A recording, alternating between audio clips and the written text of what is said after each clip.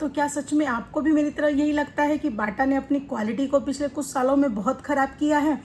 तो अगर ऐसा लगता है तो आप चैनल को लाइक से सब्सक्राइब करना ना भूलें। लेकिन मुझे ऐसा लगता है कि इसके पीछे कहीं ना कहीं उनकी बहुत टिकाऊ वाली पॉलिसी जो थी, जिसके नाम से कई जगहों पे ये भी बोला जाता कि चप्पलों में जूतों में बाटा ही है और ऐसे टाटा ही है, दो ही लोग हैं भारत में। तो बाटा ने इतने सस्ते और टिकाऊ जूते बना दिए, 20-20 साल, वो 25-25 साल चल जाते थे जूते चप्पल। तो अगर जब चीज़ें ख़राब ही नहीं होंगी तो परचेज़ कहाँ से आएगी? तो मुझे लगता है कहीं ना कहीं क्वालिटी ख़राब करके उन्होंने अपनी इमेज ख़राब नहीं करी है, बल्कि उन्होंने ध्यान दिया है अपनी इनकम पे। तो ये बात हुई बाटा की। लेकिन रिसेंटली अभी न्यूज़ आई है कि टपरवेयर जो प्लास्टिक्स के डब्बे बनाती थी, आप लोगों को पता होगा कि हमारे इंडिया में जो चीज़ें फेमस हो जाती हैं, लोग उस प्रोडक्ट का नाम ही उस कंपनी के नाम से लेने लग जाते हैं। जैसे सर्फ कंपनी का नाम था, ना कि प्रोडक्ट का नाम था। लेकिन आज के टाइम में भी लोग वॉशिंग पाउडर को क्या बोलते हैं? सर्फ बोलते हैं।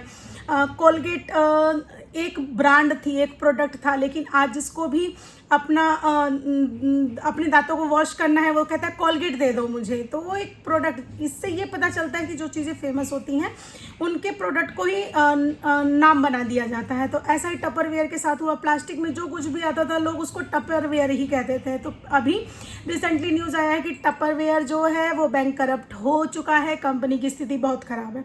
तो क्या आपको नहीं लगता कि इसके पीछे क्या कारण रहा होगा? तो मेरा तो यही मानना है कि एक तो प्लास्टिक के प्रति लोगों की अवेयरनेस बढ़ गई है।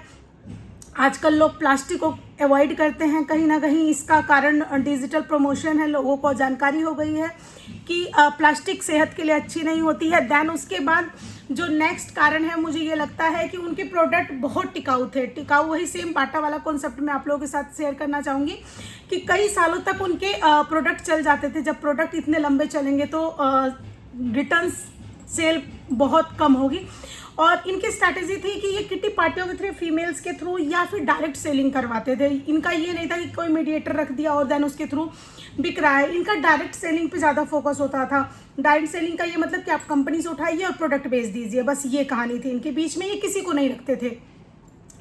देन उसके बाद जब ई कॉमर्स साइट आई तो ई कॉमर्स वालों पे इन्होंने डायरेक्ट बेचना शुरू किया। तो फिर ई कॉमर्स साइटों ने ऑब्जेक्शन करना शुरू कर दिया कि डायरेक्ट नहीं, हमें बीच में रखो भाई, हमें भी तो कमीशन चाहिए, डायरेक्ट कैसे आप बेच रहे हैं? तो कहीं ना कहीं मुझे लगता है कि ये 3 मेजर कारण थे टपरवेयर या बाटा के फेल होने के। एक तो इन लोगों का डायरेक्ट ऑनलाइन जो पैटर्न होना चाहिए वो सही टाइम पे लॉन्च नहीं हुआ। डिजिटल जिस टाइप से लोग डिजिटल प्लेटफॉर्म की तरफ बढ़ रहे हैं, ऑनलाइन शॉपिंग की तरफ बढ़ रहे हैं, उस हिसाब से बाटा की बात करें या टपरवेयर की बात करें, वो पॉपुलर नहीं हुआ। देन उसके बाद इनके प्रोडक्ट इतने टिकाऊ थे, इतनी अच्छी क्वालिटी के प्रोडक्ट थे कि इनकी अच्छी क्वालिटी ने इनको बर्बाद कर दिया। देन उसके बाद आता है कि लोगों की अवेयरनेस, बाटा के प्रति अवेयरनेस। बाटा के प्रोडक्ट में कोई कमी नहीं थी, चमड़ा पहनने से कुछ दिक्कत नहीं होती है, लेदर पहनने से कुछ प्रॉब्लम नहीं होती, लेकिन लोगों को फैंसी चाहिए था। पहले लोगों को फैंसी नहीं, टिकाऊ चाहिए था, लेकिन अब पिछले 20 सालों से लोगों को फैंसी भी चाहिए। तो ये एक रीज़न था बाटा के लिए। और टपरवेयर में क्या हुआ कि अवेयरनेस आ गई प्लास्टिक ना यूज़ करने की, जिसकी वजह से ये प्रोडक्ट फेलियर हुआ। तो बाटा ने तो अपना सोल्यूशन खोज लिया। उसने बस अपने किसी भी कंपनी, मैन्युफैक्चरिंग कंपनी को अपना प्रोडक्ट दे दिया, वो बना रहे हैं। बाटा सिर्फ अपनी टैगिंग कर रहा है, जिसमें उनको स्टाइलिश अपने आउटलेट पे बाटा का ब्रांड भी आ रहा है, स्टाइलिश भी आ रहा है। लेकिन टपरवेयर क्या करेगा? टपरवेयर के लिए हमारा सोल्यूशन यही है कि वो स्टील या कुछ इस टाइप के प्रोडक्ट बनाए जो एक बार फिर से पॉपुलर हो और हम लोगों के बीच आए। अगर आपको मेरी वीडियो अच्छी लगती है तो चैनल को लाइक से सब्सक्राइब करना ना भूलें। धन्यवाद।